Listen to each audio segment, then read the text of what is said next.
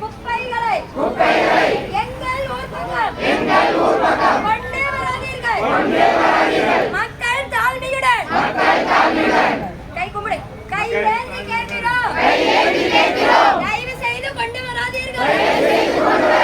இனியும் கொண்டு வந்தால் எதையும் செய்ய தயாராக உள்ளோம்.